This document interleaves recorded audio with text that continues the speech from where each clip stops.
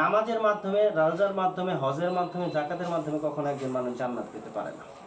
কারণ আপনি নিজে নামাজ পড়লেন, রোজা করলেন, হজ করলেন, অথচ আপনার সমাজ আজকে ধ্বংসের মুখে, আপনার সমাজ আজকে নষ্ট হয়ে যাচ্ছে, আপনি তার প্রতিবাদ করলেন না। তা'মুরুনা বিল মারুফ ওয়া তানহাউনা আনিল মুনকার, তোমরা সৎ কাজের আদেশ দাও, অসৎ কাজের নিষেধ করো। তা আমি সৎ কাজ করে আসলাম, কিন্তু সমাজে অসৎ কাজ চলে, সেটার নিষেধ আমরা করলাম না। আমার এই সৎ কাজের কি মূল্য আছে? এ তো অর্ধ জগৎ, তো অর্ধ মানা হলো। অর্ধ মানার কোনো মূল্যায়ন আল্লাহর কাছে নাই। অর্ধেক মানলে আল্লাহর কাছে কোনো মূল্যায়ন নাই। ইবাদত হচ্ছে আল্লাহর গোলামি করা, আল্লাহর দাসত্ব করা। আল্লাহর দাসত্ব কি?